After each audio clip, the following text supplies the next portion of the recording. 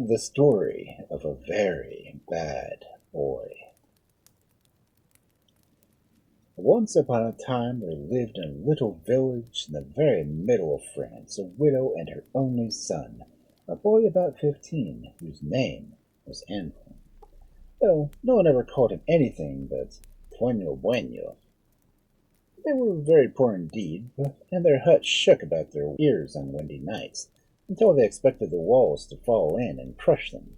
But instead of going to work, as a boy of age ought to do, Tueño Bueno did nothing but lounge in the street, his eyes fixed on the ground, seeing nothing that went on round him.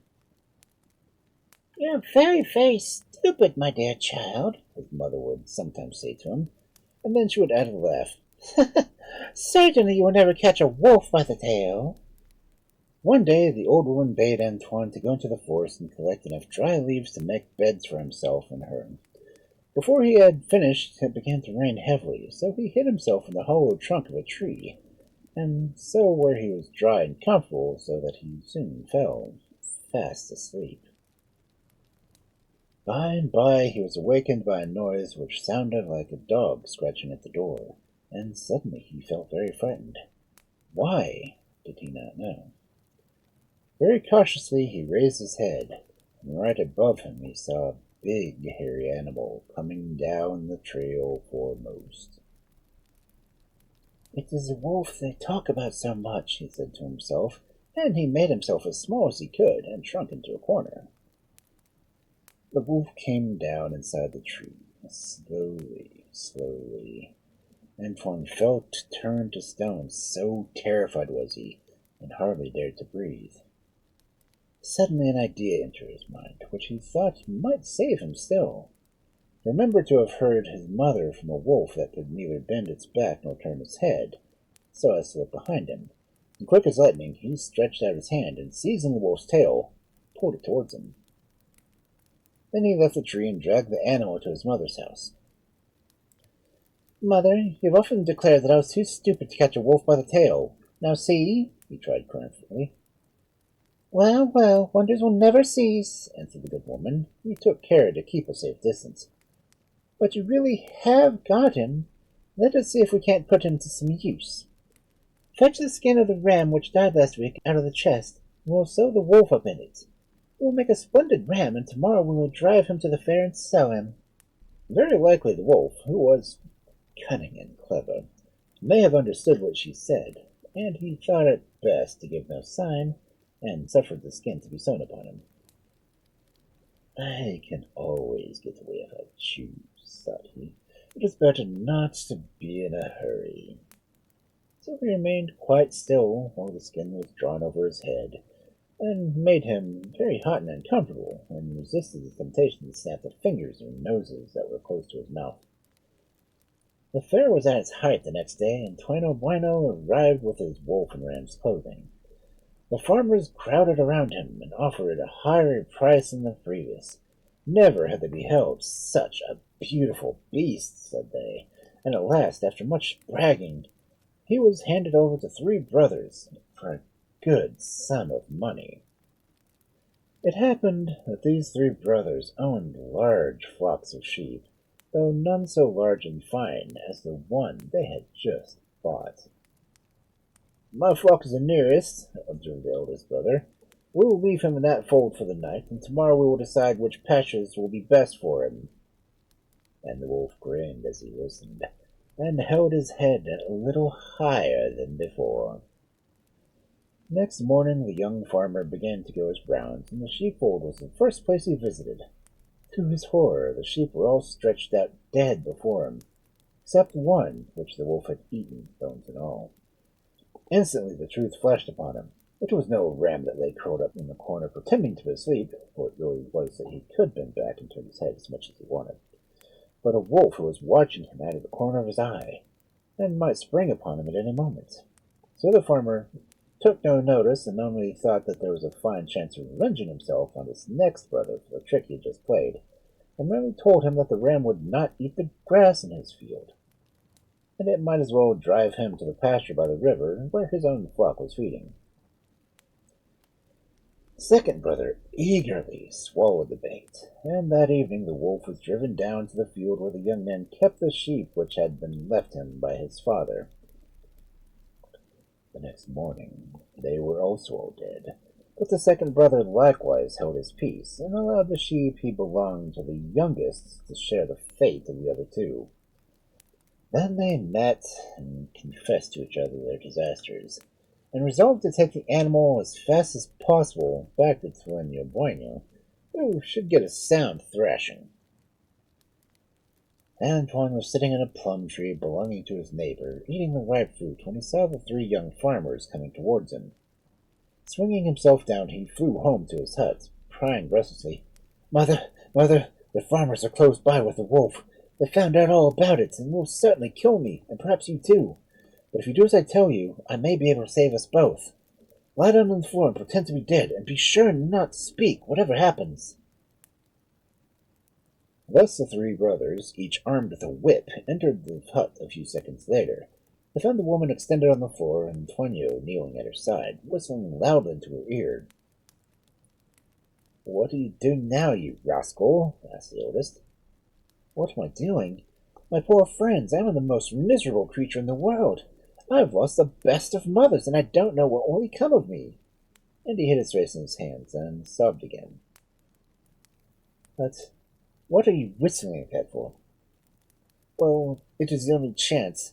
This whistle has been known to bring the dead back to life, and I hoped—" Here he buried his face in his hands again, but peeped between his fingers, and he saw the brothers had opened their 6 eyes as wide as saucers. "Look!" he cried suddenly. "Look, I'm sure I felt her move. Now her nostrils are twitching. Ah! The whistle has not lost its power after all." And stooping down, Tueño whistled more loudly than before, so that the old woman's feet and hands showed signs of life, and soon she was able to lift her head. The farmers were so astonished at her restoration that it was some time before they could speak. At length the eldest turned to the boy and said, "Now listen to me. There is no manner of doubt that you are a young villain. You sold us a ram, knowing full well that it was a wolf, and came here today to pay you out for it. But if you will give us that whistle, we will pardon what you have done, and will leave you alone." "It is my only treasure, and I set great store by it," answered the boy, pretending to hesitate. "But if you wish it for much, well, I suppose I can't refuse." He held out the whistle, which the eldest brother put in his pocket. Armed with the precious whistle, the 3 brothers returned home, full of joy, and they went to the youngest and said, "I've such a good idea. Our wives are lazy and grumbling, and make our lives a burden. Let us give them a lesson and kill them as soon as we get in. Of course we can restore them to life at once, but they will have had a rare fight." "Oh, how clever you are," answered the other 2. "Nobody would have had such a thought as that." So gaily the 3 husbands knocked down their 3 wives, who fell dead to the ground. And one by one the men tried the whistle, and blew so loudly that it seemed as if their lungs would burst, for the women lay stark and stiff, and never moved an eyelid. The husbands grew pale and cold, for they had never dreamed of this, nor meant any harm, and after a while they understood that their efforts were of no use, and that once more the boy had tricked them. With stern faces they rose to their feet, and taking a large sack they retraced their steps to the hut.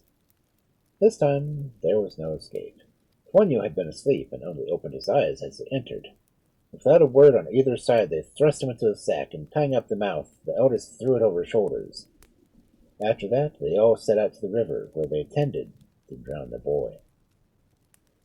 But the river was a long way off, and the day was very hot, and Antoine was heavier than a whole sheaf of corn. They carried him in turns, but even so they grew very tired and thirsty, and when a little tavern came into sight on the roadside, they thankfully flung the sack down on a bench and entered to refresh themselves. They never noticed that a beggar was sitting in the shade at the end of the bench, but Tueño's sharp ears caught the sound of someone eating, and soon the farmers had gone into the inn. He began to groan softly.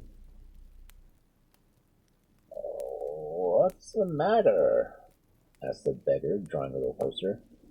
"Why have they shut you up, poor boy?" "Because they wanted me to make me a bishop, and I would not consent," answered Tueño.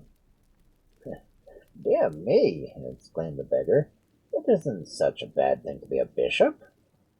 I don't say it is, replied the young rascal, but I should never like it. However, if you all fancy to wearing a mitre, you need only untie the sack and take my place. I should like nothing better, said the man, and he stooped to undo the big knot. So it was beggar and not Sueño Bueno that was flung into the water. The next morning the three wives were buried, and on returning from the cemetery their husbands met Sueño Bueno driving a magnificent flock of sheep. At the sight of him the three farmers stood with astonishment. "What, you scoundrel!" they cried at last. "We tried you yesterday, and today we find you again, and as well as ever." "It does seem odd, doesn't it?" answered he. "But perhaps you don't know that beneath this world lies another yet more beautiful and far, far richer. Well, it was there that you sent me when you flung me into the river, and though I felt a little strange at first, yet I soon began to look about me and to see what was happening.